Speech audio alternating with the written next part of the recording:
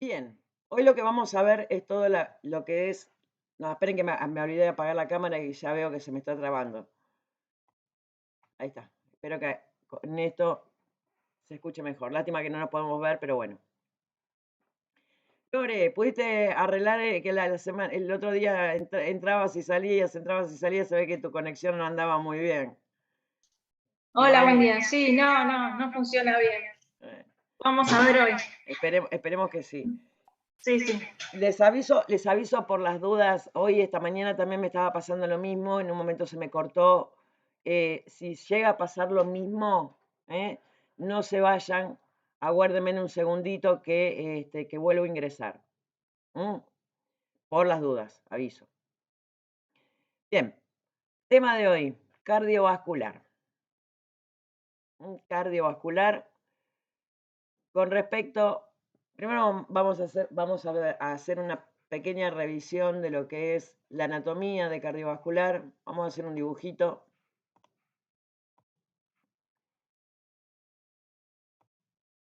Todo lo que es cardiovascular, vamos a ver que obviamente va a estar formado, vamos a ponerlo,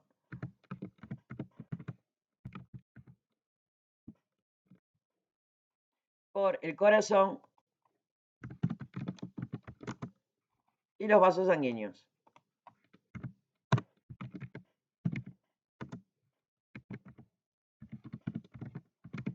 ¿Mm?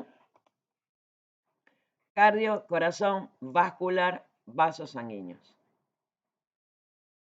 ¿Mm? El corazón, vamos a hacer un dibujito. Vamos a ver que, miren qué romántica, chicas. Nuestro corazón.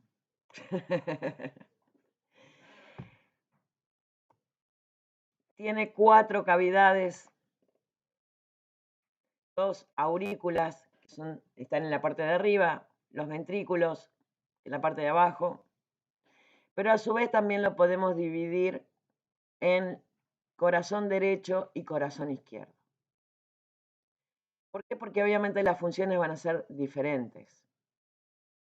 De hecho, las aurículas, aurícula derecha, aurícula izquierda, van a estar conectadas con los ventrículos de cada lado, o sea, la aurícula derecha con el ventrículo derecho, a través de un orificio que va a permitir el paso de la sangre. Pero, entre el lado derecho y el lado izquierdo no va a haber ningún tipo de comunicación. Van a estar como separados. Por eso se dice y se habla siempre de derecha, izquierda. Acá en el medio hay un tabique que los separa y que impide precisamente la conexión, que se mezcle la sangre.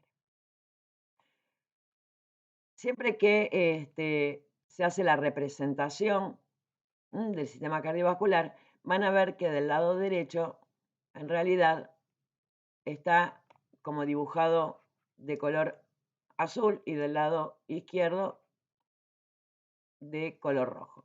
Esto es una representación esquemática debido a cómo es la sangre que está del lado izquierdo y del que está del lado derecho. Pero primero vamos a ver cómo arranca y qué significa el tema de la circulación. Todo lo que es el circuito cardiovascular es lo que se denomina un circuito cerrado. Quiere decir que arranca en un lugar y termina en el mismo lugar.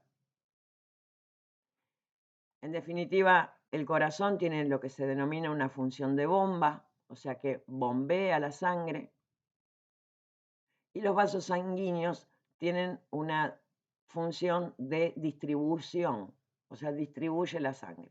Logran que la sangre pueda llegar a todos los rincones del cuerpo, a todas las células, porque una de las funciones fundamentales que tiene la sangre precisamente es llevar el oxígeno a todos los rincones, llevar los nutrientes,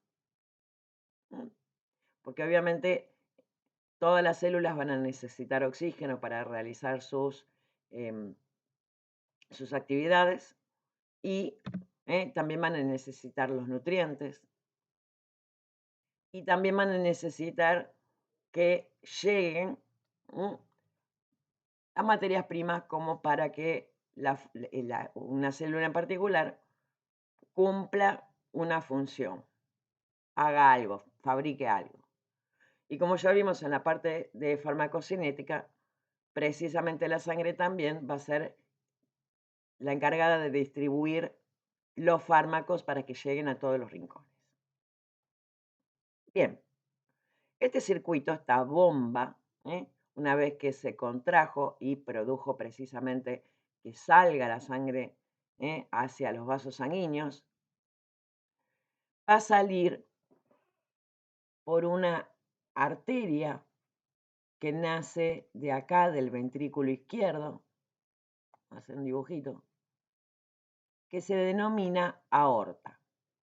Una gran arteria, la gran arteria que saca del corazón toda la sangre, que obviamente va a empezar a tirar colaterales cada vez más chiquititas,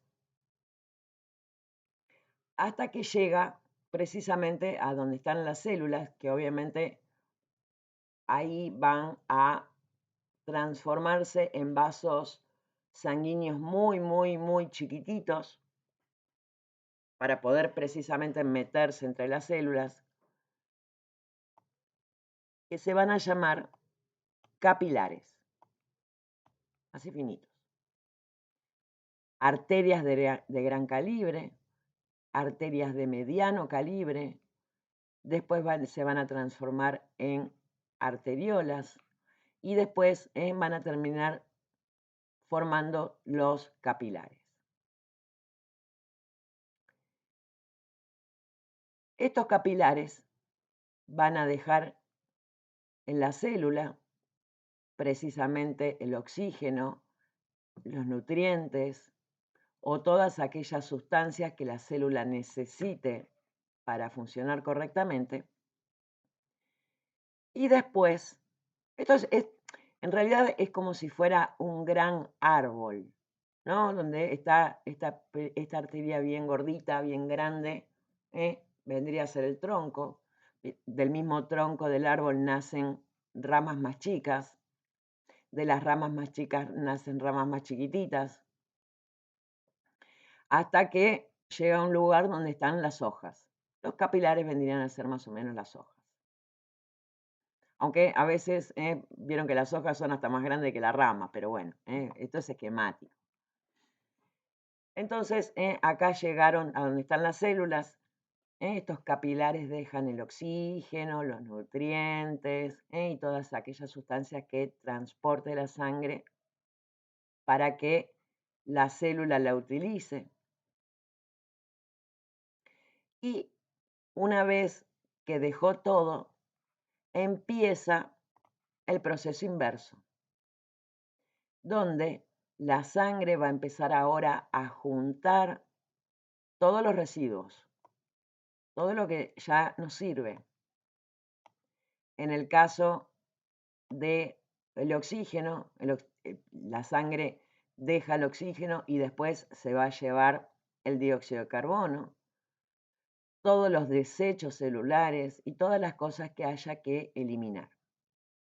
Entonces, se van a empezar a formar también en forma de capilares primero, pero acá ya no van a tener, ven que lo estoy pintando, lo estoy dibujando de un color diferente, y estos acá al principio se van a denominar también capilares, pero en este caso van a ser capilares venosos. Por eso todo lo que está pintado de azul representa a las venas y todo lo que está en rojo representa a las arterias. Con las venas va a pasar exactamente igual, pero el proceso inverso. Se van a empezar a unir en venas más grandes, junto con la unión de otras venas que vienen, se van terminando y se van formando cada vez más gruesitas. Y toda esta sangre venosa va a volver al corazón. Y van a llegar acá. Vamos a hacerlo un poquito más grueso porque acá ya son venas más grandes. Van a llegar a la aurícula derecha. A través de dos vasos sanguíneos muy importantes, que son la vena cava superior y la vena cava inferior. Que en definitiva,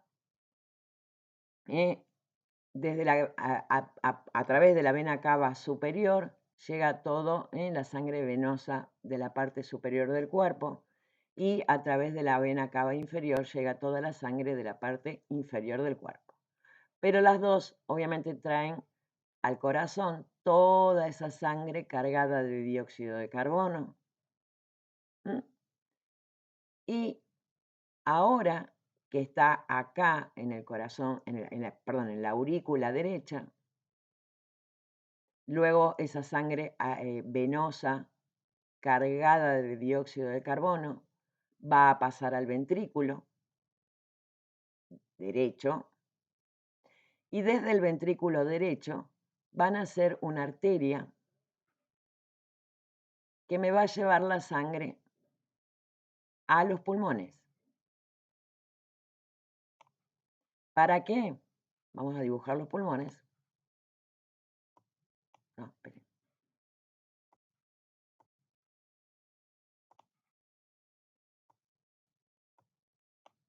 Muy chiquitito me quedaron los pulmones, pero bueno. Un re corazón y unos pulmones re chiquitines, pero bueno, ¿qué va a hacer? Esto es, recuerden que es esquemático. Esta sangre con un contenido de dióxido de carbono ahora va a llegar precisamente a los pulmones. Va a llegar a una partecita muy chiquitita del pulmón que se denomina alvéolo. También se va a dividir el vaso sanguíneo en capilares y acá va a ocurrir el proceso inverso.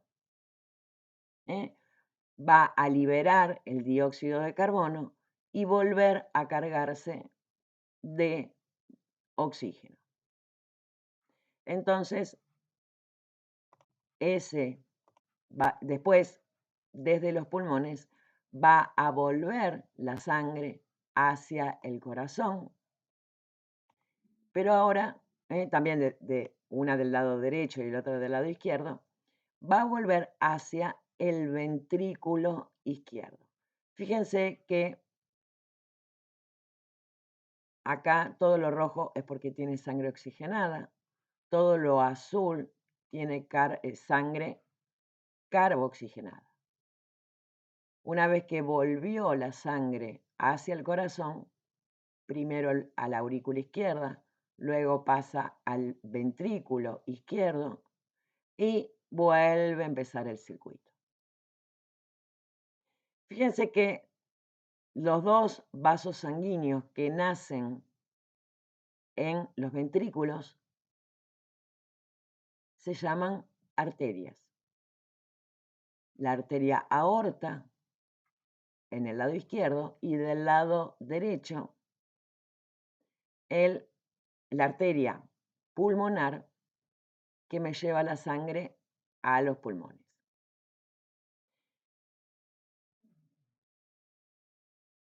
Si nosotros dibujáramos o nos quedáramos con la idea de que las arterias llevan sangre con oxígeno y las venas llevan sangre con dióxido de carbono, acá estaríamos medio como diciendo, no, pero acá no me da el tema, porque este vaso sanguíneo que nacía en el ventrículo derecho y me llevaba la sangre hacia los pulmones, también es una arteria y me lleva la sangre con dióxido de carbono. En realidad, esa diferencia entre vena y arteria está más dada por la anatomía de estos vasos sanguíneos que por el tipo de sangre que llevan. La arteria tiene vamos a hacer un corte transversal, 3 capas.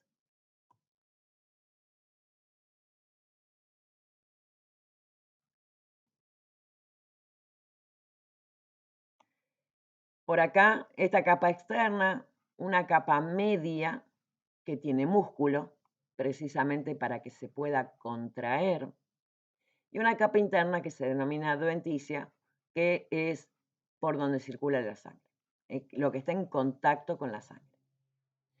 En cambio, la vena tiene 2 capas, no tiene 3 capas. No tiene precisamente esta capa del medio muscular que no se contrae y hace que la vena sea un poquito más blandita, que no esté tan tensa ni rígida como la arteria, porque no necesita contraerse. Pero adentro tiene unas valvulitas que permiten, vamos a hacer un corte así, tiene como una especie de valvulitas que se abren, permiten el flujo de sangre y después se vuelven a cerrar para impedir que esa sangre que pasó vuelva para atrás. Ese es el mecanismo por el cual, en el cual circula la sangre y en las venas y en las arterias. Por eso este vaso sanguíneo que sale del ventrículo derecho y me manda la sangre a los pulmones es una arteria, porque tiene igual las 3 capas, por más que lleve sangre carboxigenada. Y los vasos sanguíneos que vuelven del pulmón hacia el corazón, van a ser venas pulmonares porque van a tener esta estructura a pesar de llevar la sangre con oxígeno. Van a tener estructura de vena, no de arteria.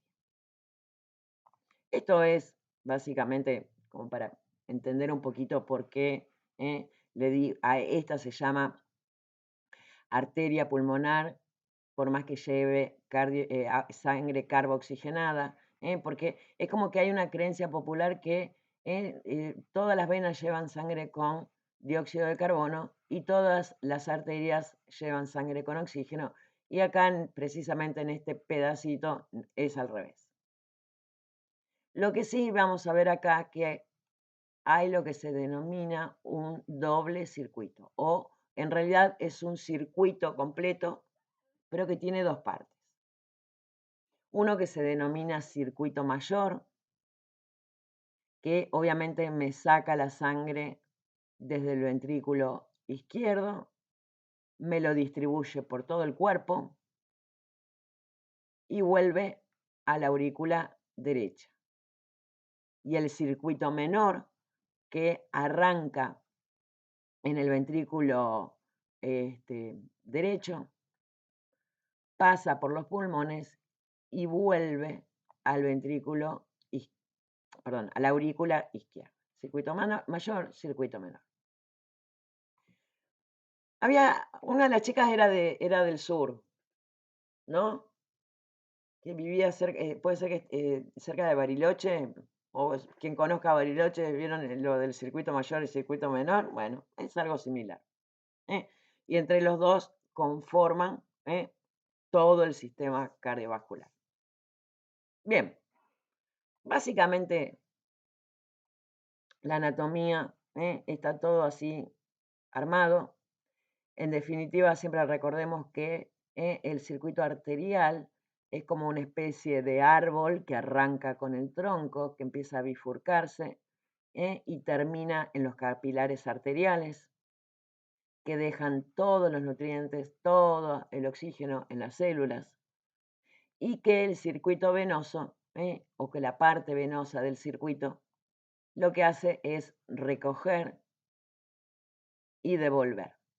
En este caso, como si el árbol estuviera al revés y en vez de terminar en un solo tronco, termina en 2. Después vamos a ver también cuál es el ciclo cardíaco. El ciclo cardíaco obviamente está relacionado con todo esto, que primero va a llegar la sangre a las aurículas, la sangre a las aurículas va a llegar al mismo momento, tanto a la izquierda, en la derecha, la sangre que proviene del cuerpo. En la aurícula izquierda va a llegar al mismo tiempo la sangre que viene de los pulmones, sin comunicarse entre ellas, pues si no se mezclaría la sangre. Del lado izquierdo tenemos sangre con oxígeno, del lado derecho con dióxido de carbono. Luego se contraen las aurículas, se abren estas valvulitas y se llenan los ventrículos. Este proceso de contracción de las aurículas, que permite el paso desde ellas hacia los ventrículos, se denomina sístole auricular. Sístole es la contracción, en este caso, de las aurículas. Una vez que las aurículas se vaciaron, mandaron todo el contenido de sangre a los ventrículos, las aurículas ya se distienden y para recibir la próxima cantidad de sangre. Y a su vez, ahora los ventrículos se contraen para mandar el izquierdo la sangre a la arteria aorta y la posterior distribución por el cuerpo, y del ventrículo izquierdo va a mandar la sangre hacia los pulmones para lograr el intercambio gaseoso. Pero obviamente los dos ventrículos se contraen al mismo tiempo, de la misma manera que se contraen las aurículas al mismo tiempo. Eso se va a denominar sístole ventricular. Recuerden que sístole siempre es contracción y que después de la sístole viene el periodo de relajación en la cual está todo vacío y al estar vacío permite, obviamente, volver a llenarse. Y eso es precisamente la diástole. Sístole, diástole. Sístole auricular. Una vez que terminó la sístole auricular, empieza la diástole auricular. Después, obviamente, empieza la sístole ventricular. Y una vez que terminó, que se vació, empieza la diástole ventricular. Todo este proceso, que se contraen los ventrículos, sacan la sangre, se dilatan las aurículas para recibir de nuevo la cantidad de sangre que pasa de un lado para el otro.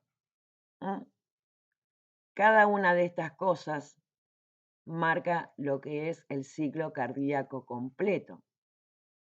Y desde el momento que sale la sangre del corazón, ya sea hacia la aorta o hacia los pulmones, o hacia la arteria pulmonar, hasta que vuelve a entrar la sangre a las aurículas, es lo que marca el ciclo cardíaco completo. Esto ocurre aproximadamente 80 veces por minuto. O sea que todo el ciclo cardíaco dura menos de un segundo. Tremendo.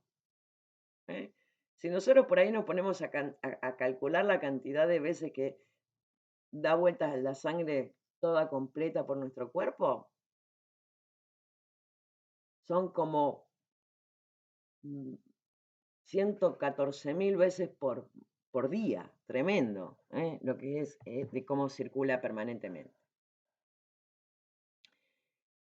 Obviamente, toda esta vuelta de la sangre permite precisamente llevar para todos lados el oxígeno, los nutrientes, pero que obviamente todo este sistema va a tener problemas cuando esto empiece a fallar. Y precisamente el motivo por el cual va a fallar es porque lo más probable es que haya en alguna parte de ese circuito algún problema.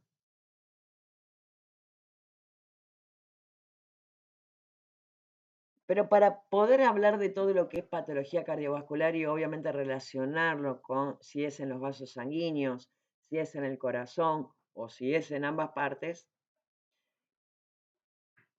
primero vamos a hablar un poquitito de lo que son los factores de riesgo cardiovascular. Y estos factores de riesgo obviamente son todas circunstancias en las cuales obviamente va a aumentar la posibilidad de que ocurra alguno de estos eventos, de alguna de estas patologías del sistema cardiovascular. Y vamos a ver que dentro de todo lo que es, vamos a volver a compartir el pizarrón, vamos a hacer también un... Hoy voy a perder mi dibujito tan bello, no importa, chao. Vamos a hablar un poquitito de los factores de riesgo, de cuáles son estas cosas en las cuales uno debería empezar a cuidarse de joven, porque a medida que uno va creciendo, ya sabemos que el desgaste, el proceso de envejecimiento de cualquier órgano, obviamente va a tener siempre consecuencias. Obviamente el sistema cardiovascular no va a estar exento del envejecimiento, como se va rompiendo un electrodoméstico, como se va rompiendo con el paso del tiempo un auto, todo. Bueno, a nuestro cuerpo le pasa exactamente lo mismo. Y vamos a ver que cuanto más factores de riesgo existen, mayor probabilidad de desarrollar algún problema cardiovascular a una edad más temprana.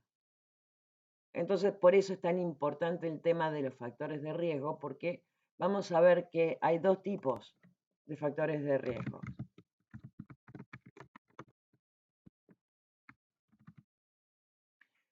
Están los factores de riesgo que no se pueden modificar, no modificables.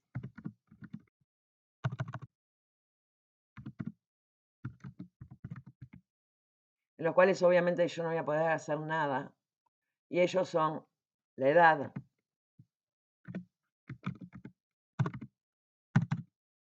por el proceso normal de envejecimiento, el sexo.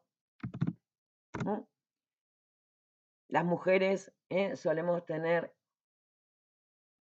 menos factores de riesgo cardiovascular porque tenemos los estrógenos, que son las hormonas femeninas, que obviamente tienen una protección cardiovascular.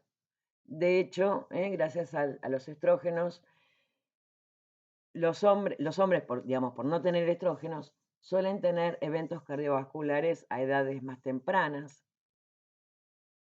Pero en la mujer, cuando ocurre la menopausia, que pierde los estrógenos, que ya los ovarios dejan de producir estrógenos, ahí la cantidad o la posibilidad de desarrollar un evento cardiovascular se equipara con el del hombre.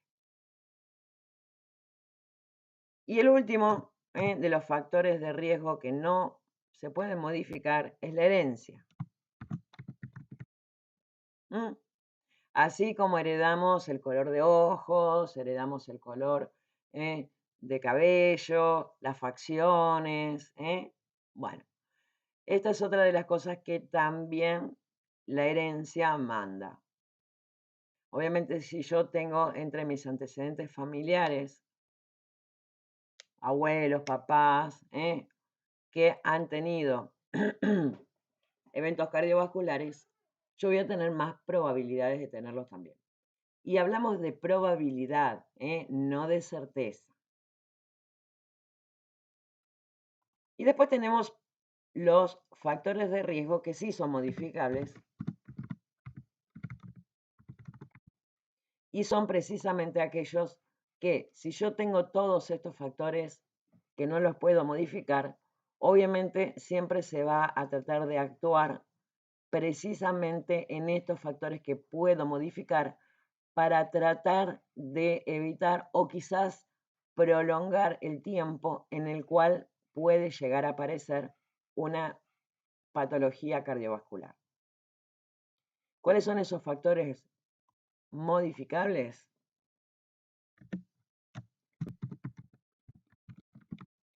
El sedentarismo.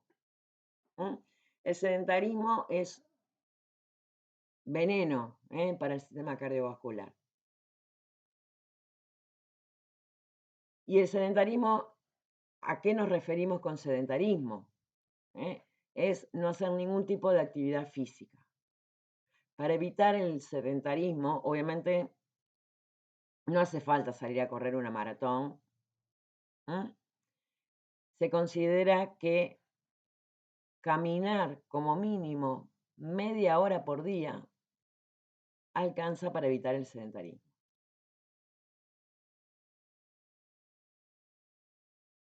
Y uno dice, pero tengo que ponerme las zapatillas, ponerme el jogging y salir a caminar. No, no hace falta. Si yo voy caminando a hacer las compras, estoy caminando, estoy haciendo ejercicio. Si yo voy a pasear, a caminar, a mirar vidrieras, también estoy caminando, estoy haciendo ejercicio. Si yo me vuelvo caminando del trabajo, también estoy haciendo ejercicio.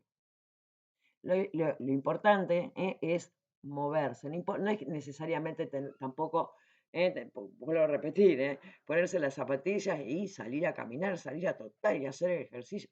No, el tema es no quedarse sentado, tumbado todo el día en una silla mirando una serie, no, siempre hay que hacer un poquitito de ejercicio. Otro de los factores de riesgo cardiovascular que también se puede modificar es el tabaquismo. El tabaco es una de las adicciones legales que más problemas de salud trae, porque no solamente va a traer problemas cardiovasculares, sino que también va a traer problemas respiratorios, también va a traer problemas a nivel urinario, porque ya vimos que el riñón era el que se ocupaba de la eliminación de los fármacos, bueno, la nicotina, el alquitrán y todas las sustancias que tiene el tabaco se van a eliminar por vía renal. Y el tabaco hasta puede provocar no solamente cáncer de pulmón, cáncer de garganta, también puede provocar cáncer de vejiga. Tremendo el tabaco. Es realmente lo ideal siempre es tratar de evitar el tabaquismo y en el caso de que la persona fume, tratar de que abandone el hábito del tabaco. También está el tema de la cantidad que se fuma. Obviamente, cuanto mayor sea la cantidad que se fuma, mayor va a ser el riesgo de todo este tipo de cosas. No solamente a nivel cardiovascular, sino en todo el cuerpo. Hasta en la piel, que la piel se arruga, pierde turgencia. Una persona fumadora tiene la piel muchísimo más seca, gastada, amarillenta, que una persona que no fuma. ¿Es así, Rocío? Las personas fumadoras es tremendo cómo se les pone la piel. Por eso siempre hay que alentar el abandono del hábito tabáquico si es que existe, o fomentar no agarrar un compucho. Bien, otro de los factores de riesgo cardiovascular que también es totalmente modificable es la alimentación. Obviamente, toda esa alimentación chatarra, toda esa alimentación no buena, que contiene altos contenidos de colesterol, o que contiene altos contenidos de triglicéridos, o mucha cantidad de sodio. La alimentación es muy importante, muy importante. Y también es algo en lo cual deberíamos tratar de hacerlo desde chicos. Después vamos a ver que precisamente uno de los problemas es todo lo que es el depósito de grasas en las arterias, que me las va tapando. Es un proceso a muy largo plazo, que se va a ir produciendo de a poquito a lo largo de los años. Cuando yo me enteré que tengo el colesterol alto y que puedo llegar a tener este problema, ya es tarde, porque ya se tapó, ya se, o se semitapó, y no tengo manera de solucionarlo. Entonces es una de las cosas que obviamente hay que tratar de evitarlo, o tratar, digamos, de tener una alimentación sana, equilibrada, de toda la vida. No únicamente cuando me empezaron a aparecer los problemas cardiovasculares. En este caso es exactamente lo mismo que con el tabaco. Y cuando hablamos de una alimentación equilibrada, requiere el consumo de, obviamente, los nutrientes necesarios, hidratos de carbono, proteínas, lípidos, pero en las proporciones consideradas necesarias. Hidratos de carbono, que son obviamente todos los alimentos que están preparados con harina o azúcar.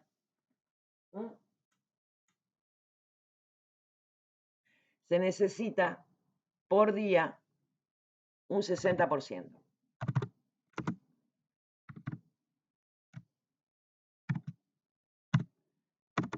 De lípidos, un 25%. Perdón, vamos con la proteína primero.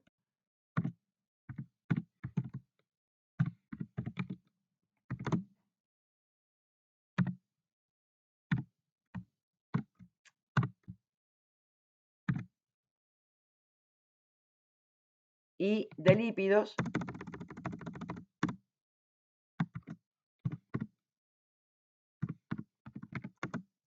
un 25%.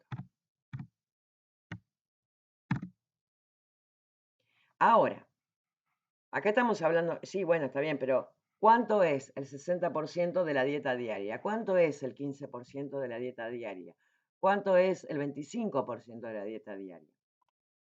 Y acá vamos a ver que está muy relacionado con los requerimientos de cada persona. Por eso, obviamente, una persona alta y que hace ejercicio y que es deportista y que hace un montón de actividad, no va a necesitar la misma cantidad que una persona que es más peticita, que es más chiquita, que no hace actividad, que tiene... Entonces, obviamente eso va a depender de cada persona. Pero sí, yo tengo que consumir el 60% de lo que yo como en el día, el 60% tiene que ser de hidratos de carbono. De lípidos, y ahora vamos a ver de qué se tratan estos lípidos, porque esto es la parte más importante, un 25%. Y de proteínas, un 15%. Poquito, fíjense que lo que menos tenemos que consumir son proteínas. Lípidos, vamos a ver que tenemos de dos orígenes. Animal y vegetal. Las de origen animal son las grasas, el colesterol. Y las de origen vegetal son los aceites, triglicéridos.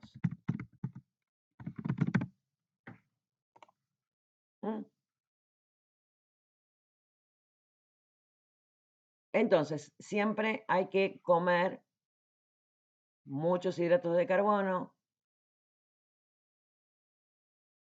Con los lípidos tengo que más o menos hacer un cálculo. Vieron que se dicen que, por ejemplo, el consumo que se debería hacer de carne es que tiene que tener el tamaño de la porción de carne tiene que tener el tamaño de la palma de la mano, básicamente. Y de proteínas, muy poquitito. Las proteínas que también van a venir de origen animal o de origen vegetal, con lo cual hay que hacer como una especie de balanza, a ver cómo lo reparto. Los nutricionistas siempre tienen como reglas y pautas en las cuales siempre ayudan mucho con esto, pero siempre obviamente en el sentido que cuando uno realmente tiene por ahí tiene algunos problemas, o siempre está bueno consultarlos para ver, aunque sea una vez, como para una orientación sobre la particularidad de cada uno. Pero bueno,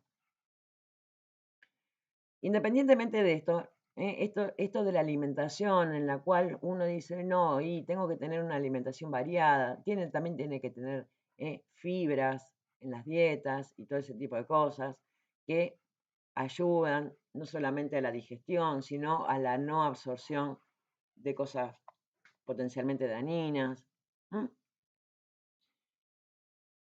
Pero acá lo importante también es que tengo que pensar que yo no me tengo que privar de todas las cosas ricas. Porque cuando uno se priva de todo lo rico, en algún momento se va a hinchar y va a empezar a hacer desastre. Es la típica. Si a mí me prohíben todo, en algún momento me digo, no, basta, yo de esto me cansé. Ninguna dieta debería ser restrictiva. Todas esas dietas debería tener precisamente esa posibilidad de comerme algo rico cada tanto. Uno, bueno, independientemente del precio de la carne, no es lo mismo comerse un rico asado un fin de semana que comer asado todos los días, con todo el colesterol que tiene y todas esas cosas. De proteínas mismo que había que nomás, comer un 15 y si me como un asado todos los días, no. Entonces, siempre uno tiene que ser muy, muy permisivo, o no demasiado permisivo, pero se tiene que permitir estas cosas. No puede tener una dieta extremadamente restrictiva porque en algún momento eso no va a dar resultado. Lo mismo pasa con una picada con salame, queso, también. Cada tanto nos podemos permitir estas cosas. Pero la dieta diaria, obviamente debería estar más centrada en todo ese tipo de cosas. Ahora ya sabemos que las grasas de origen animal me van a aumentar el colesterol, los aceites que son de origen vegetal me van a aumentar los triglicéridos. Si yo tengo el colesterol alto, ¿me puedo comer una torta?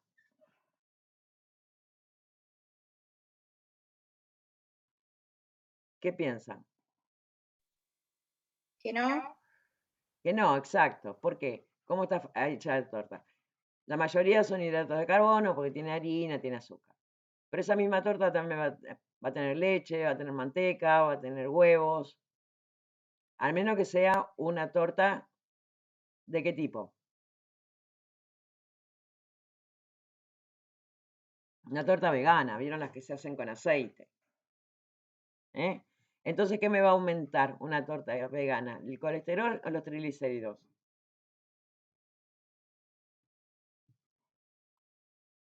Los triglicéridos. Bien. O sea que ni siquiera tengo que pensar en... ¿Puedo privarme de eso? ¿Puedo no? Ni siquiera tengo que la posibilidad de ir. No, no me aumenta el colesterol, esto es una torta. Bueno, una torta hay que ver con qué está hecho también. Son cosas que uno dice, no, pero bueno, tiene grasas de origen animal. Ahora, otra de las cosas que me causa mucha gracia es cuando veo las papas fritas, los snacks, que suelen tener un cartelón gigante que dice libre de colesterol, como si fuera algo recontrasano. La papa, origen vegetal, y están fritas, papas fritas, tienen aceite, están fritas en aceite. Chau, chau los triglicéridos, me aumentan los triglicéridos. Por eso me causa tanta gracia, que le ponen el cartelón, que les ponen libre de colesterol como si eso fuera sano. ¿Qué quiere decir? ¿Que nunca voy a poder comer papas fritas? No, obvio, sí, puedo comer papas fritas. No comer papas fritas todos los días. ¿Mm? Bien, ahora, si me como una milanesa, ¿qué me va a aumentar? ¿El colesterol o los triglicéridos? Colesterol. Colesterol. Está frita en aceite. También me va a aumentar los triglicéridos. Estas Pero cosas si es de carne, pero está frita. O sea que tiene las dos cosas. perfecto. Recuerden que todo lo frito que se fría en aceite, obviamente me va a aumentar los triglicéridos. Ahora sí, las empanadas que las frío en grasa, no le gustan a Eli, no hizo cara fea. No, yo no como carne. Ah, Y todo lo que sea necesito. No, yo justo me había quedado pensando. Claro. Claro, si todo está eso frita yo en lo- grasa, ahí los triglicéridos no juegan. En ningún lado. En realidad sí, porque en el proceso de la cocción de la carne para hacer las empanadas, obviamente la cebollita, eso va todo rehogado con aceite, así que toda mala noticia acá, no podemos comer nada según esto. Pero obviamente siempre va a depender de los valores que uno tenga. Si tiene los valores normales, obviamente la alimentación es un poquito más. Pero siempre tratando de llevar a lo más sano posible. Lo menos frito, menos consumo exclusivo de alguno de los nutrientes y no de los otros.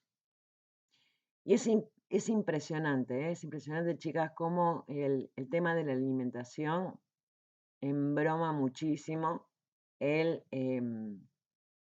tema cardiovascular. ¿Qué ocurre con las dietas veganas?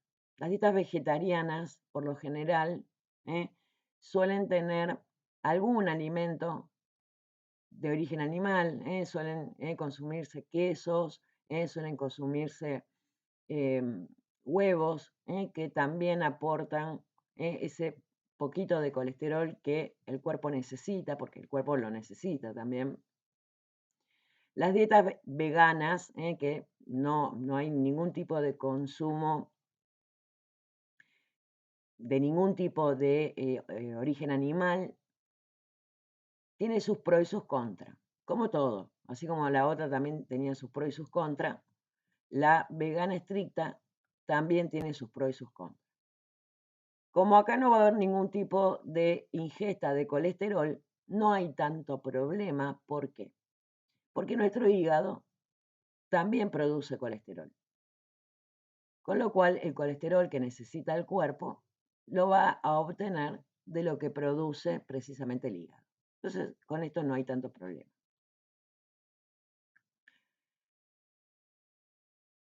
Pero sí tiene un par de contras. Por ejemplo, en los niños. En los niños, o sea, perdón, cambiando con el tema de las proteínas están formadas por aminoácidos, que vendrían a ser como los ladrillitos que forman la pared proteína. El cuerpo también produce proteínas a partir de aminoácidos. Hace la pared a partir de los aminoácidos que nosotros consumimos cuando consumimos proteínas. De todos los aminoácidos que existen, hay 7 que el cuerpo no los puede fabricar y que tampoco están en los vegetales. Y se los denomina aminoácidos esenciales, que sí o sí una persona los tiene que consumir a través del consumo de alimentos de origen animal, que en el niño son fundamentales. En el niño son fundamentales porque los van a necesitar para crear músculo, para una buena calidad del hueso. En definitiva, son esenciales y necesarios para el correcto crecimiento del niño.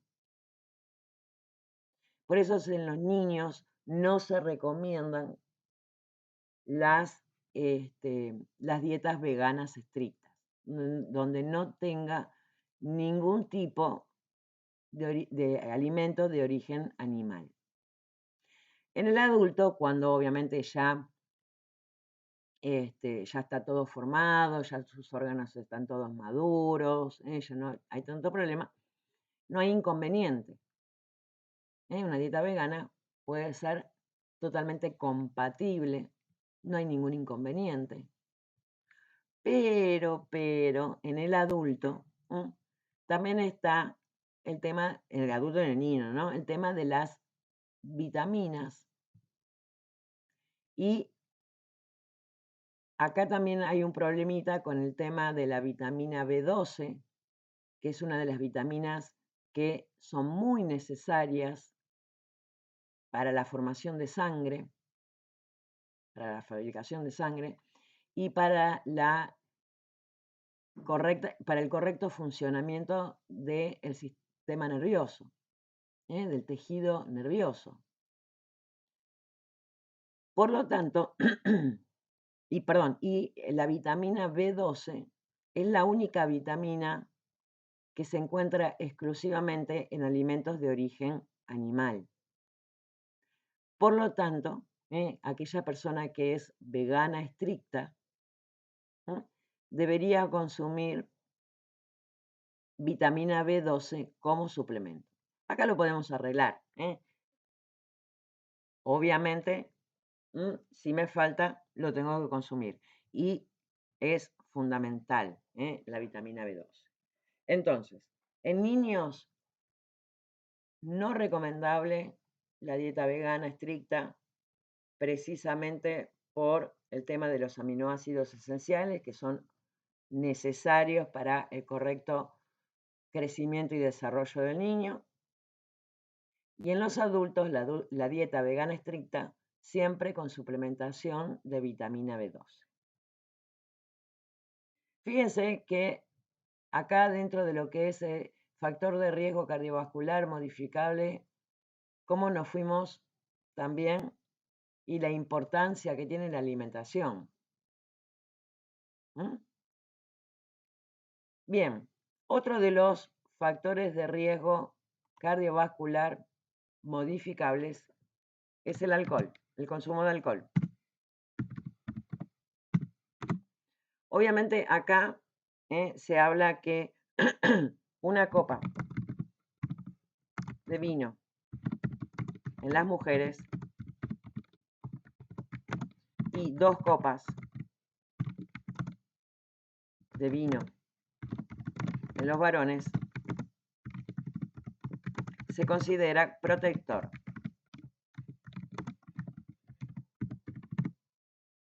Excedida esa cantidad diaria es malo. ¿Por qué las chicas podemos tomar una copita y los varones 2? ¡Qué envidia! Precisamente por el tamaño del hígado. El tamaño del hígado. El hígado de los varones es más grande, puede metabolizar más fácil, más rápido, entonces pueden tomar una copita más. El hígado de nuestro es más chiquitito, podemos tomar menos. Debemos tomar menos. El otro día estaba leyendo un artículo también con respecto a la cerveza. Las cantidades son exactamente las mismas. Una latita de cerveza, pero la latita de 470 y pico, como medio litro, casi medio litro, no la grande de 700, Una en las mujeres, 2 en los varones. Todo por culpa de nuestro hígado más chiquitito. Qué cosa este hígado maldito. Y siempre se promueve el consumo en lo posible diario. No vale, no, llegó el fin de semana, como no me tomé mi copita de todos los días, me las tomo todas juntas el sábado de la noche. No, eso también es dañino. Bien. Como ven, obviamente, esperen que me faltaba uno. Diabetes e hipertensión. Si bien, la diabetes es una patología, la hipertensión es una patología y una patología cardiovascular, ¿por qué la hipertensión es también un factor de riesgo cardiovascular? Porque la hipertensión no controlada, no tratada, me va a terminar provocando, obviamente, problemas cardiovasculares mucho más graves. Obviamente, la diabetes controlada, la hipertensión controlada, lo puedo controlar con tratamiento y va a dejar de ser un factor de riesgo. Fíjense que precisamente acá estamos, como no modificable, yo no puedo modificar el paso del tiempo, voy a empezar a tratar de modificar, obviamente, todos estos factores que sí los puedo modificar. Pero siempre tratando de hacerlo lo antes posible. Por dos motivos, como decía antes, ese proceso de acumulación de grasa en las arterias que me las puede ir tapando, obviamente es un proceso paulatino que va pasando con el tiempo y cuanto menos consuma, menos probabilidades voy a tener de que ocurra. Eso por un lado. Y por el otro lado, si de jovencita, de chiquita, te acostumbraste a comer mal y después cuando te prohíban todo eso, te vas a querer matar. Es terrible eso. Obviamente, volvemos con el tema del sexo, en los hombres deberían cuidarse mucho más. Las mujeres no quiere decir que no nos tengamos que cuidar, pero porque los varones al no tener los estrógenos en forma, en realidad tienen un poquito de estrógenos, pero no en la cantidad que tenemos nosotros para que precisamente se produzca esto de la protección. En lo posible deberían empezar a cuidarse a edades más tempranas. Con respecto a la herencia, bueno, ahí ya también, sí, cuanto más antecedentes tenga en la familia, obviamente, y si se conjugan todos estos factores, es como yo siempre digo, con todo esto es como ir comprando numeritos para la rifa. Cuanto más numeritos para la rifa tenga, más probabilidades tengo de sacarme el premio. Un premio que no es nada lindo acá, en este caso. Entonces, si yo puedo regalar un par de esos numeritos, tengo menos numeritos. Por eso, esos que puedo regalar, estos factores modificables, y trato de sacármelos de encima. Lo cual no quiere decir que yo pueda tener todos, pueda tener la edad, pueda tener el sexo, pueda tener la herencia, pueda tener 54 años, como tengo yo. Soy mujer, ya no, sin la protección de los estrógenos. Mi mamá hipertensa, mi abuelo se murió de un infarto, mi otro abuelo también. Los dos abuelos paterno y materno se murieron de problemas cardiovasculares. Mi mamá hipertensa y tuvo un infarto a la edad de cuando tuvo su menopausia porque perdió la protección de los estrógenos. Sedentarismo, porque estoy todo el día sentada acá delante de la máquina. Tabaquismo, porque, bueno, fumo, no se le cuenta a nadie, pero no se lo...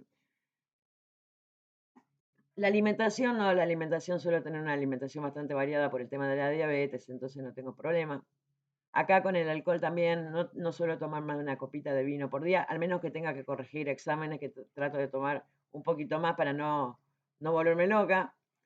Tengo diabetes, pero la tengo controlada. Hipertensión no, por suerte. O sea que tengo un montón de numeritos. Un montón de numeritos.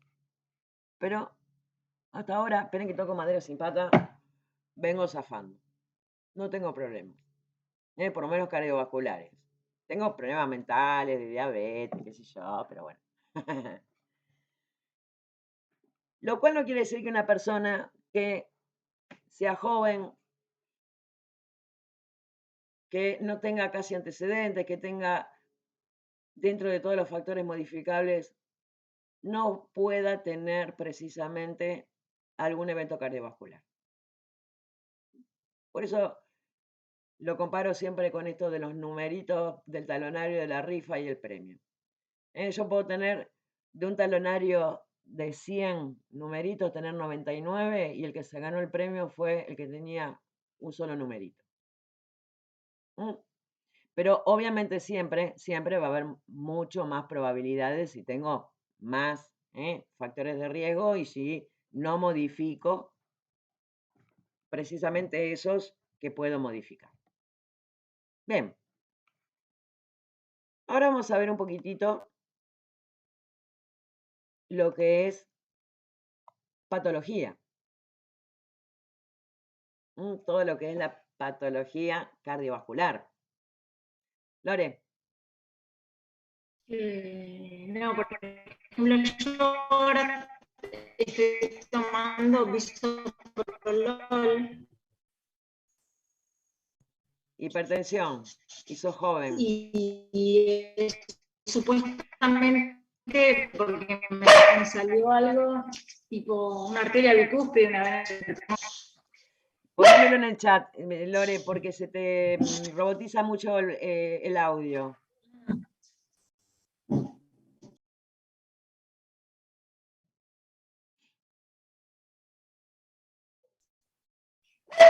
No lo encuentro ahora.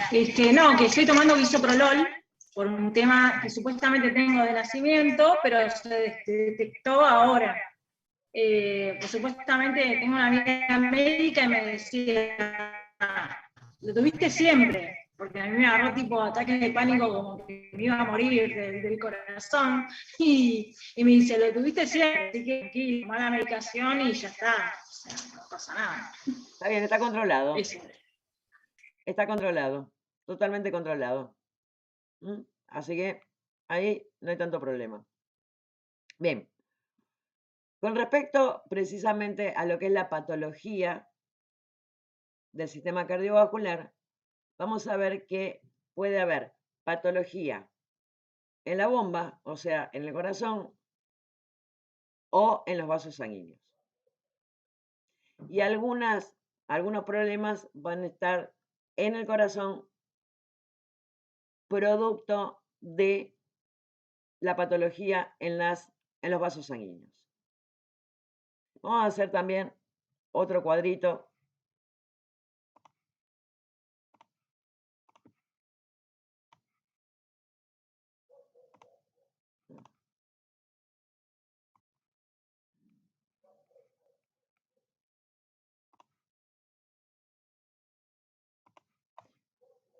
Patología en corazón. Vamos a ver que puede haber lo que se denomina angina de pecho.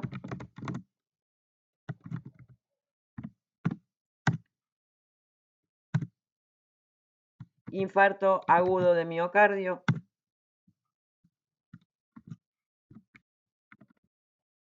Insuficiencia cardíaca.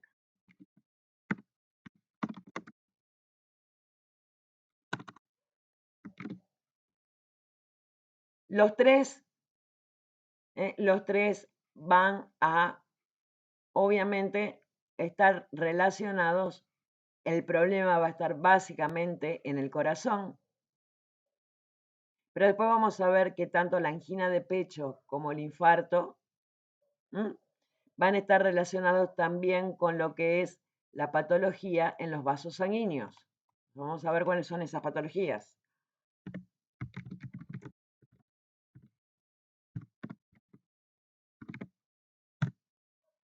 En los vasos sanguíneos, obviamente, en las arterias,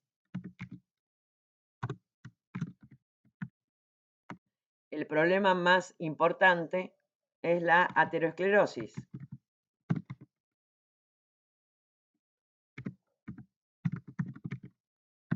Esos depósitos de colesterol en las paredes. También vamos a tener la hipertensión. La hipertensión también va a estar un poquito relacionada con el corazón y va a jorobar al corazón. En venas, varices. Y también las hemorroides. Que las hemorroides no es otra cosa que varices, pero que se producen en vez de en las piernas, se producen en las venas hemorroidales, que son las venas que están en el recto. Pero el problema es en los vasos sanguíneos. Ahora, vamos a ir viendo un poquitito qué es lo que ocurre en cada una de estas patologías. Vamos a ver que de todas estas, la más frecuente que vamos a ver todos los días en la farmacia con respecto a la medicación, vamos a hacer, es lo de aterosclerosis, el aumento de colesterol, que esto ya se produjo, pero vamos a ver que la medicación por lo menos va a intentar impedir que siga aumentando. La hipertensión, también de todos los días. Hemorroides, también de todos los días, hasta también vemos miles de propagandas con respecto a todo lo que es medicación para hemorroides y para varices, que, oh casualidad, los medicamentos sirven para una y para la otra. Con respecto a lo que es corazón, obviamente lo más frecuente que vamos a ver es la angina de pecho. Porque el infarto obviamente se va a tratar en internación. La medicación obviamente se va a dar en la internación, el tratamiento. Pero también ese paciente después, una vez que le dieron el alta y vuelva a su casa, va a tener una medicación importante. O sea que ahí sí va a venir a la farmacia. Y con respecto a la insuficiencia cardíaca, este por suerte es muy infrecuente. Estas personas van a venir con una receta, pero miren, la voy a pintar de otro color porque acá quiero hacer una aclaración que es muy, muy importante. Si bien esto, la de la insuficiencia cardíaca, es muy infrecuente, el medicamento que se va a utilizar para el tratamiento de la insuficiencia cardíaca se denomina digoxina.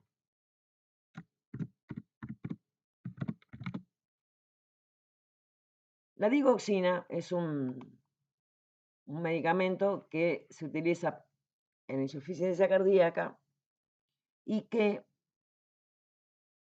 tiene un pequeño inconveniente con respecto a no a la dispensa.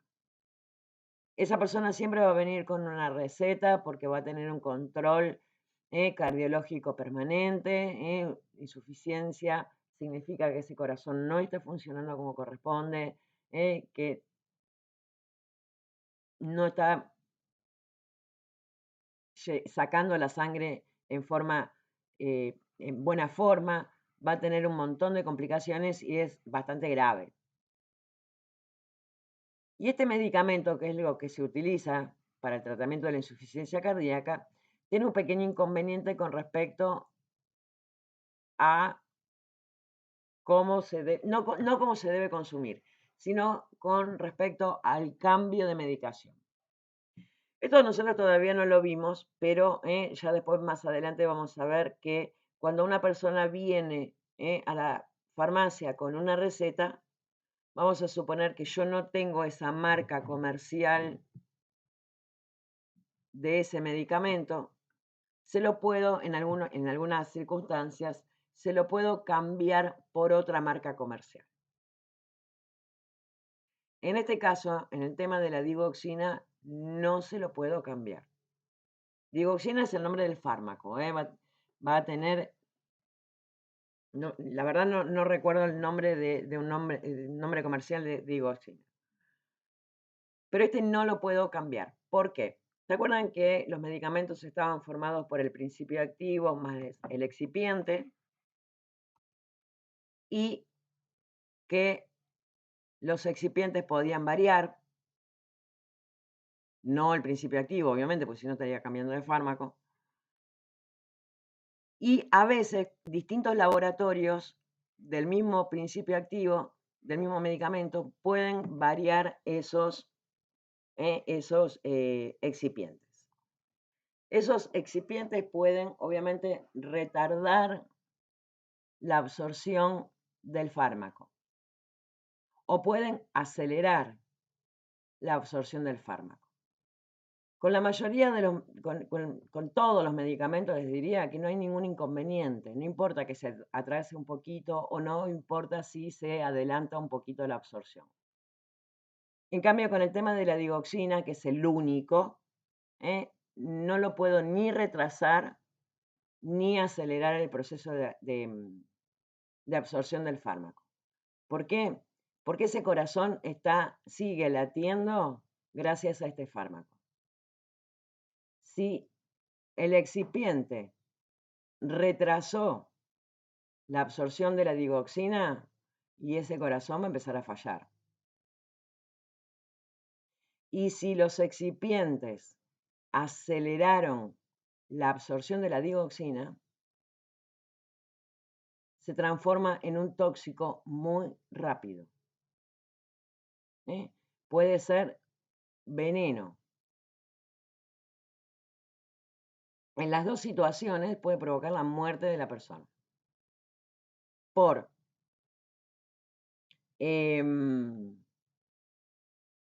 déficit, porque no le alcanza, porque se retrasó la absorción y ese corazón empezó a fallar, o porque se transformó en un tóxico.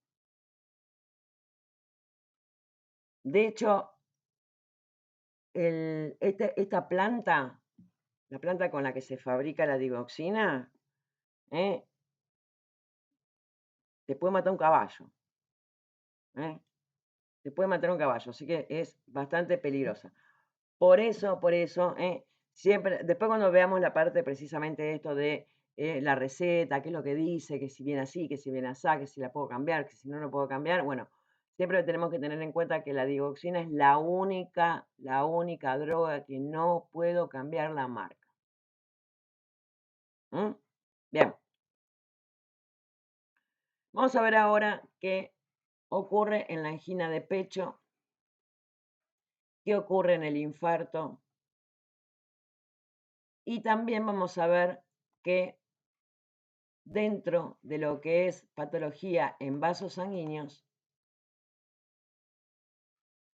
también va a estar el ACV, ABC puse, me da ACV, accidente cerebrovascular,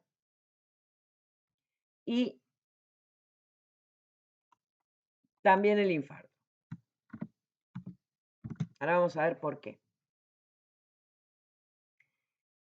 En realidad, perdón, y me estaba olvidando la angina de pecho.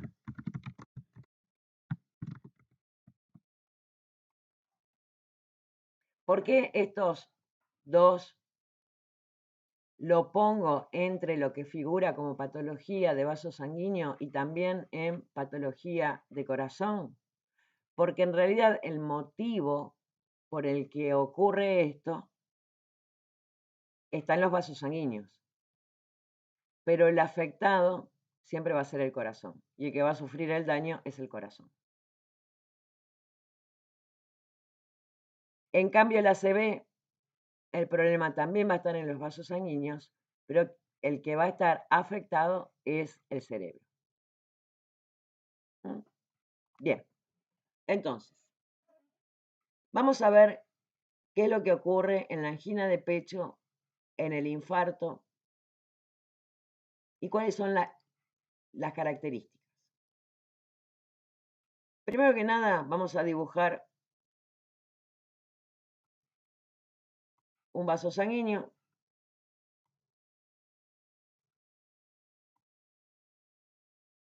Y van a ver que está todo relacionado con todo acá. Esta arteria por donde circula la sangre, el aumento del colesterol me va a terminar provocando una placa de colesterol.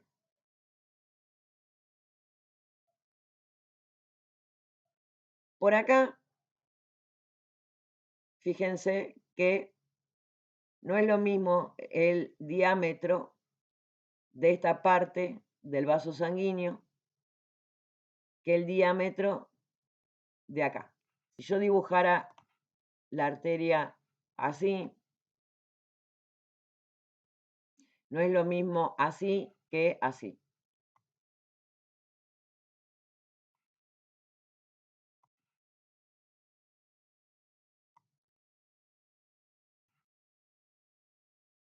La sangre va a pasar por este mucho más finito, mucho más angostito. Y esto va a estar relacionado con angina de pecho, infarto agudo de miocardio e hipertensión. ¿Qué es lo que va a ocurrir en cada una de estas situaciones? Porque todo esto va a depender en qué vaso sanguíneo, en qué arteria ocurra esto. Y también va a estar relacionado con el ACV. Si esta arteria que está tapada, medio tapada, son las arterias que le llevan la sangre al corazón, no pasa nada, Caterina, no te hagas problemas, si después va a estar el videito. El resto lo podés ver después en el video. Si esta arteria que está medio tapada le lleva sangre al corazón, precisamente va a producir angina de pecho. Que no es angina, dolor de garganta, se llama así, angina de pecho. Nunca entendí por qué le habían puesto angina, igual que la angina que ocurre en la garganta. Pero bueno, angina de pecho. Ese corazón va a recibir menor cantidad de sangre. ¿Por qué? tengo esa arteria que está medio tapada, y por lo tanto ese corazón no va a estar muy contento, se va a enojar. ¿Cuáles son precisamente los síntomas de la angina de pecho?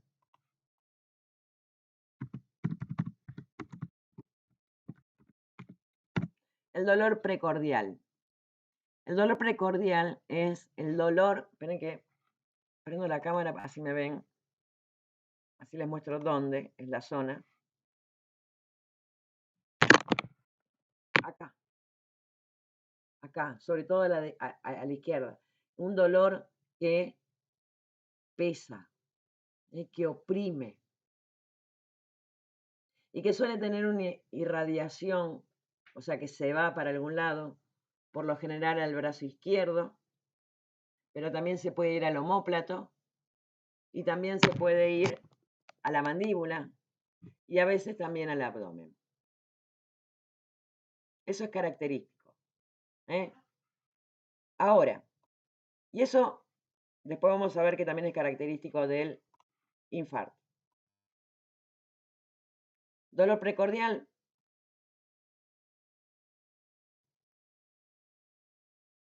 Con irradiación.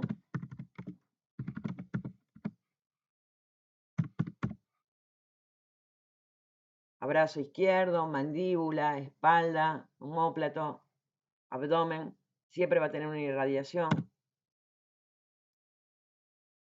Aparte, este dolor se va a producir siempre en ejercicio o aparece el dolor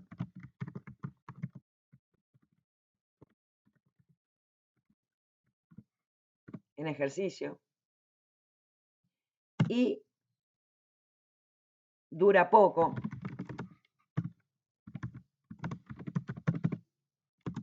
No más de 10 minutos. Y otra característica importante es que responde a la nitroglicerina. Ahora, estas son todas las características, ahora vamos a ver de qué se trata cada uno. Dice, aparece el dolor en ejercicio. ¿Por qué? Obviamente ese corazón, cuando se habla de ejercicio, no es que yo estoy tampoco corriendo una maratón. Ese dolor siempre va a aparecer cuando el corazón aumenta su frecuencia cardíaca.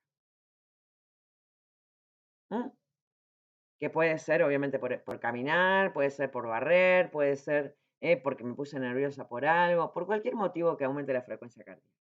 Obviamente ese corazón que aumentó su frecuencia cardíaca, esa cantidad de veces que late por minuto, va a necesitar una mayor cantidad de sangre. Y como esa arteria está medio tapada y no le está llevando la cantidad de sangre suficiente,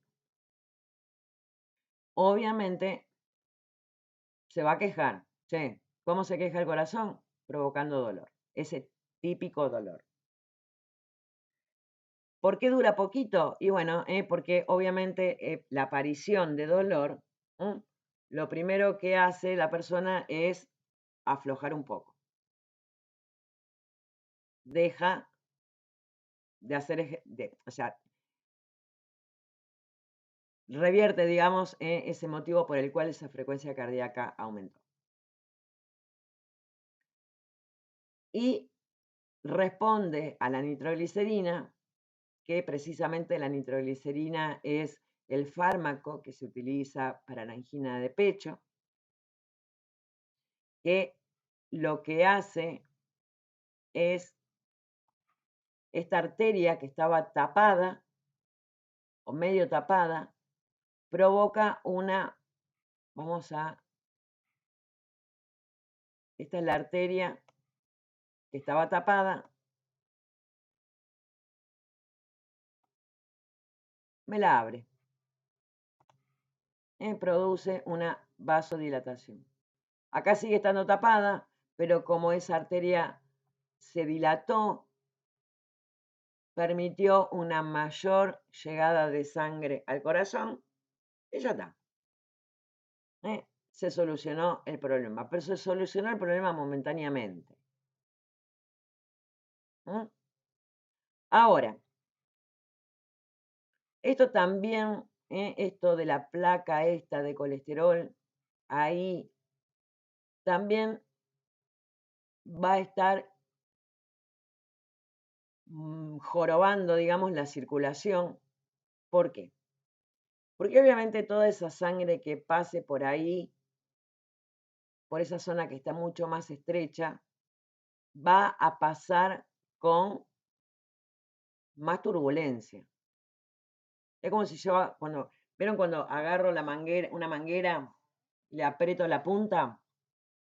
Que el agua sale mucho más fuerte, mucho más como que se desparrama. Si yo ese chorro lo apunto, digamos, sobre la tierra, vamos a ver que el daño que va a provocar en la tierra va a ser más, porque va a salir con más presión.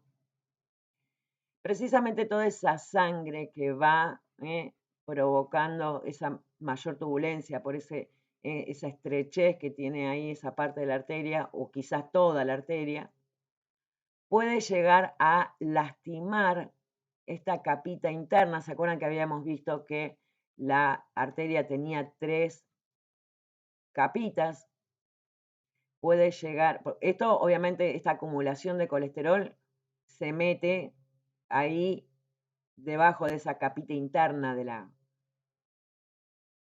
la arteria, y obviamente ese daño en esa capita interna me va a activar a las plaquetas.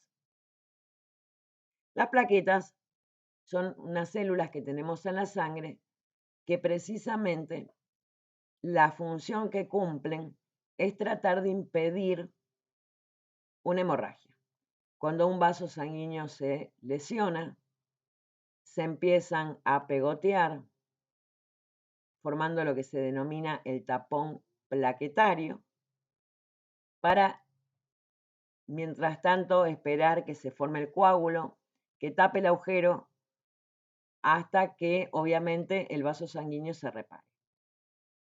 Obviamente acá no hubo una pérdida sanguínea, porque lo que se lesionó no es el vaso, no es todas las 3 capas, sino que se lesionó únicamente la de adentro. Pero precisamente esa lesión de la capa de adentro es lo que despierta precisamente a las plaquetas que se pegoteen. Entonces, obviamente, se van a empezar a pegotear porque no saben que está todo el vaso roto totalmente. No saben que acá adentro hay algo que me está cada vez achicando más el calibre. Y miren lo que pasa. Esta arteria que estaba medio tapada, chácate, ahora se tapó del todo. Cuando esa arteria que se tapó del todo le llevaba la sangre al corazón, se produce el infarto. Las características clínicas del infarto también obviamente va a ser el dolor precordial, porque si antes se quejaba porque no le llegaba la cantidad de sangre, imagínense ahora que no le llega nada.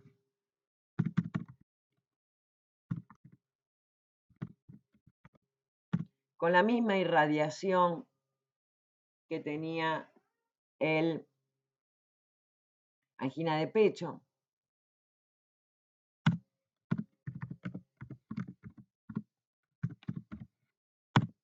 Acá, en este caso, puede aparecer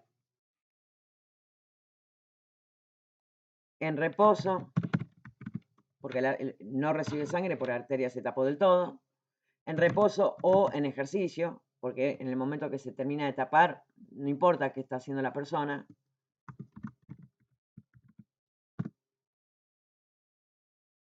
Acá ya no va a durar 10 minutitos nada más, o menos. Va a durar mucho más. ¿Por qué? Porque por más que la persona, si estaba haciendo ejercicio, se quede en reposo, el corazón va a seguir sin recibir sangre. Mayor duración.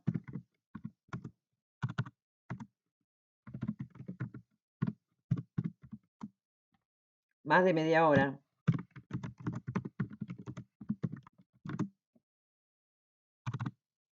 Y obviamente no va a responder a la nitroglicerina. Porque por más que el vaso sanguíneo se dilate, va a estar todo tapado. Y en la dilatación va a arrastrar todo el pegote ese que tiene y va a seguir tapado. No hay manera en que se pueda destapar. Obviamente es necesario conocer todo esto porque obviamente ante la presencia de estos síntomas siempre hay que consultar en forma urgente. ¿Por qué? Obviamente porque cuanto antes se libere, se destape esa arteria y el corazón pueda recibir mayor cantidad de sangre, el daño ocasionado va a ser mucho menor. De hecho, para el tratamiento, para poder disolver todo eso que se formó ahí, todo ese taponamiento que se produjo en esa arteria, se utiliza un fármaco que se llama streptokinasa, que rompe todo eso que está ahí adentro y permite que pueda volver a llegar la sangre bien al corazón. Ese medicamento tiene lo que se denomina un periodo ventana de 6 horas. Pasadas esas 6 horas, no se solidificó tanto lo que está ahí adentro que con este fármaco no se va a poder disolver. Adri.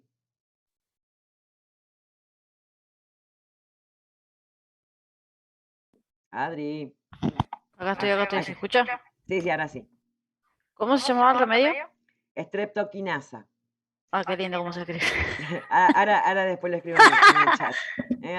Igual no te preocupes, porque nadie va a ir a la farmacia a comprar streptokinasa. Ah, listo. Eso va a estar en internación. Ese tratamiento va a estar en internación. Ah, bueno, entonces me quedo tranquila. Sí, que Gracias.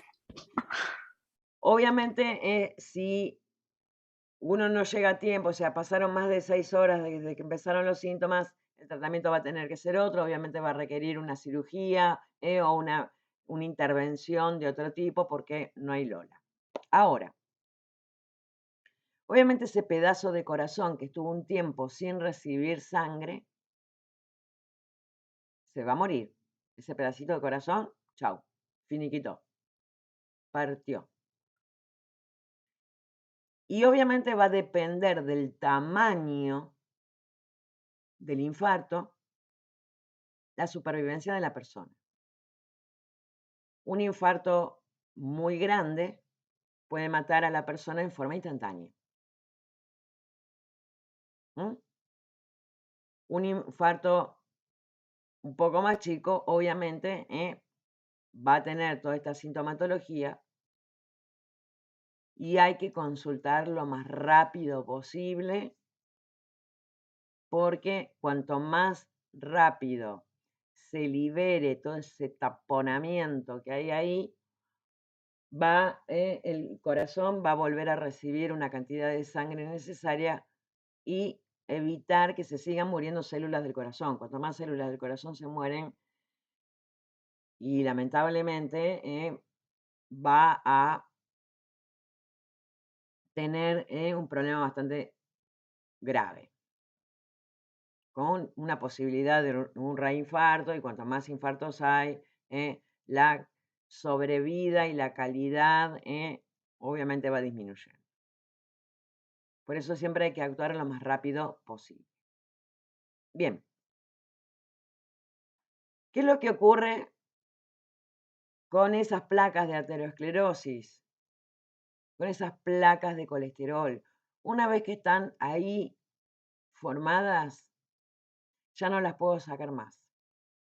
O sea, sí se pueden sacar, pero no farmacológicamente. Se van a poder sacar únicamente con cirugía, cosa que en la farmacia no se va a hacer. Pero sí hay medicamentos que se utilizan no para sacarla, pero sí para tratar de impedir que sigan creciendo.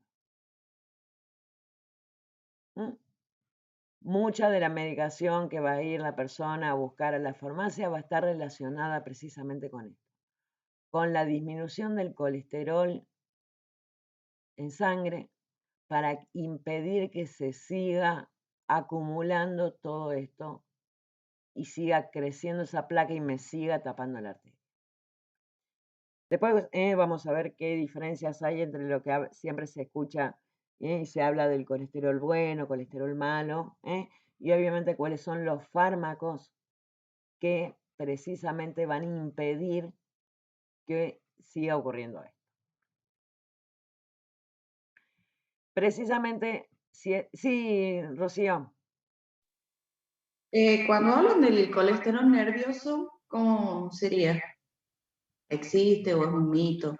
Es más un mito que la realidad. El colesterol que tiene nuestro cuerpo proviene de dos lugares diferentes. Una es el que produce nuestro hígado y el otro es el que consumimos con los alimentos.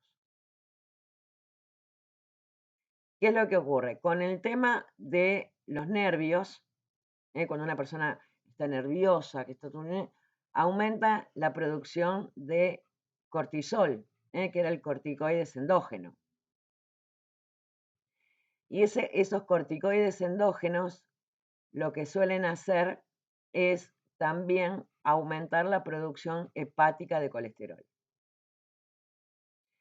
O sea, hay una, digamos, una parte que es mito y una parte que es verdad. Esos corticoides endógenos van a provocar un aumento de la producción hepática de colesterol, pero la realidad también es que para que realmente haya mucho o que esté muy aumentado el colesterol en sangre, tiene que ser una persona que tenga algún problema, digamos, em, de ansiedad generalizada o algo o sea, que tiene que estar demasiado elevado todo el tiempo el cortisol. Porque cuando uno está nervioso, que al ratito se te pasa y ya bajó, entonces es como que no llegó a sobreestimular la producción de colesterol en el hígado. Pero bueno, todo va a depender de la realidad de cada persona.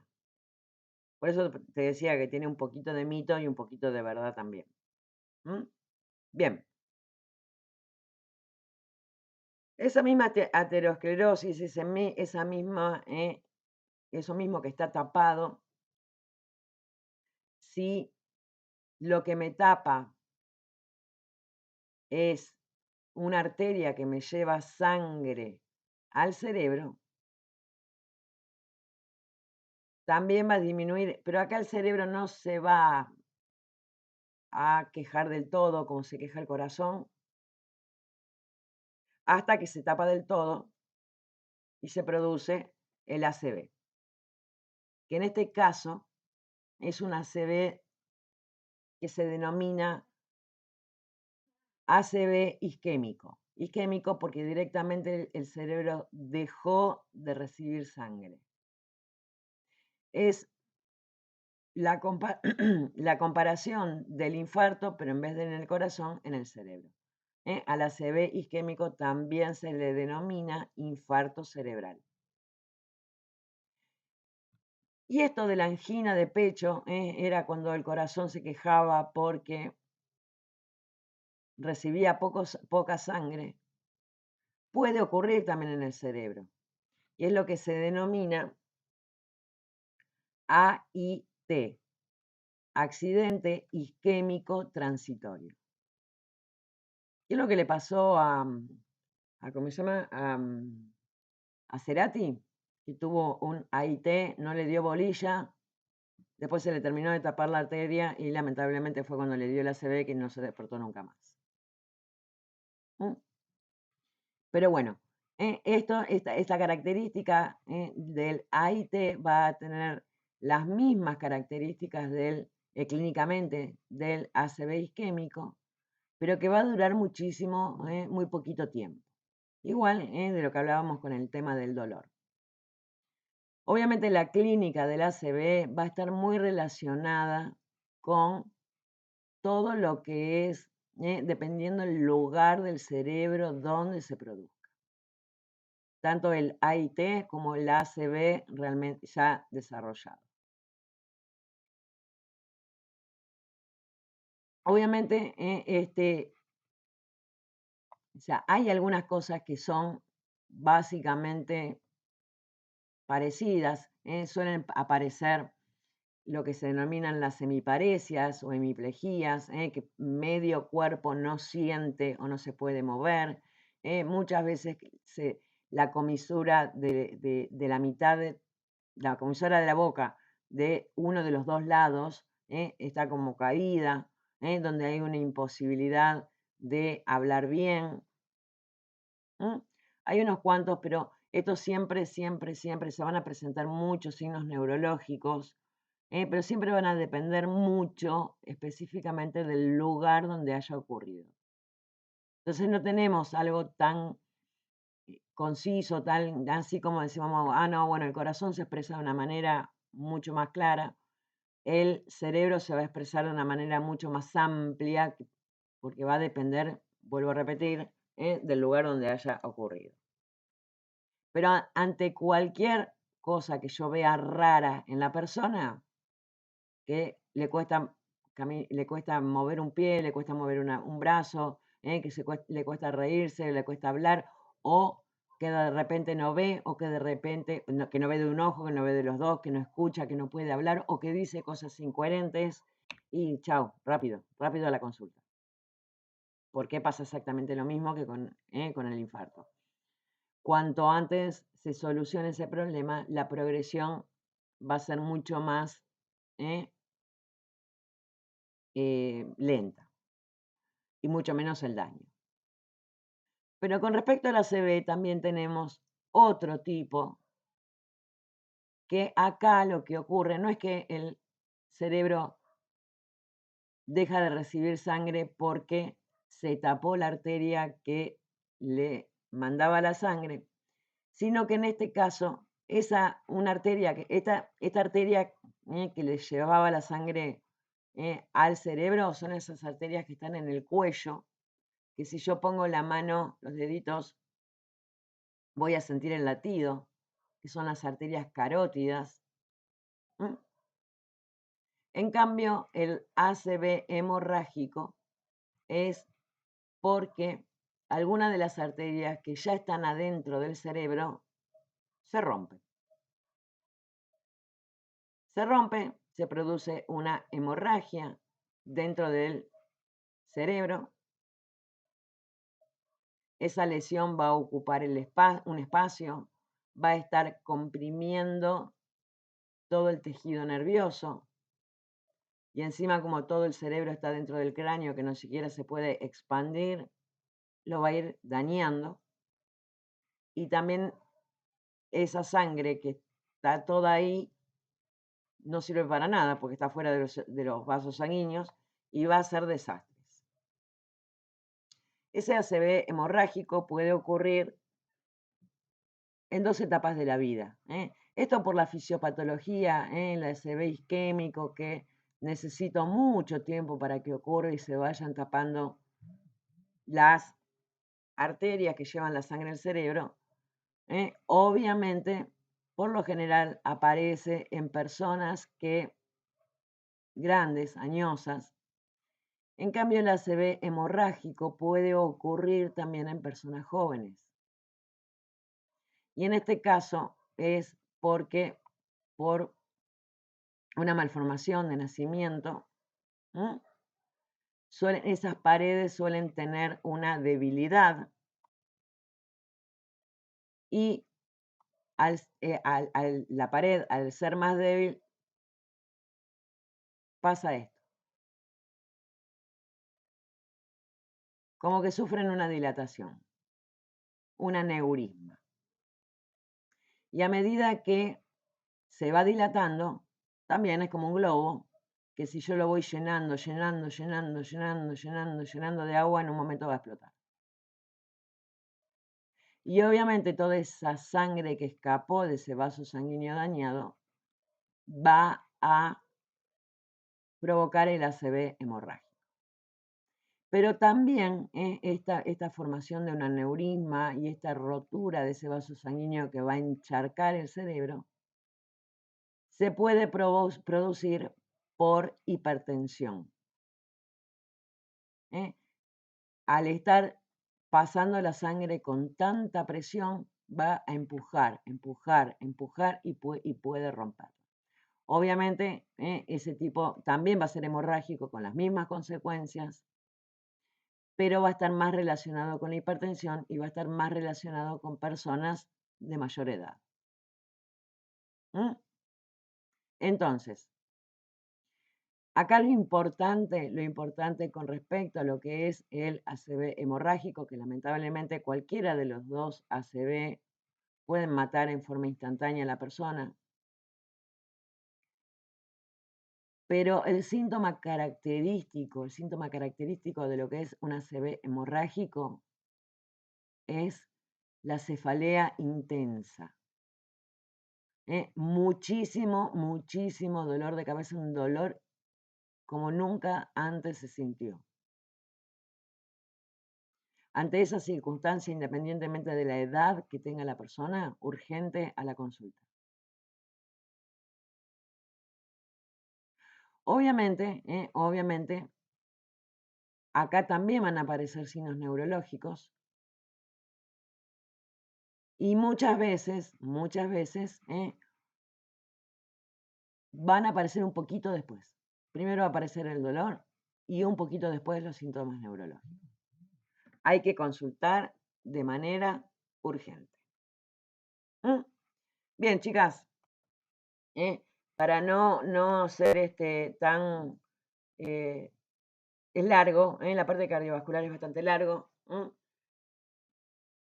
Después vamos a ver un poquitito la parte de la medicación y la patología más importante que vamos a ver en la farmacia, que precisamente es la hipertensión. Pero vamos a tratar de liberar un poquito nuestras neuronas ahora. Déjenme ver, son las 12:20. Volvemos a la 1:20.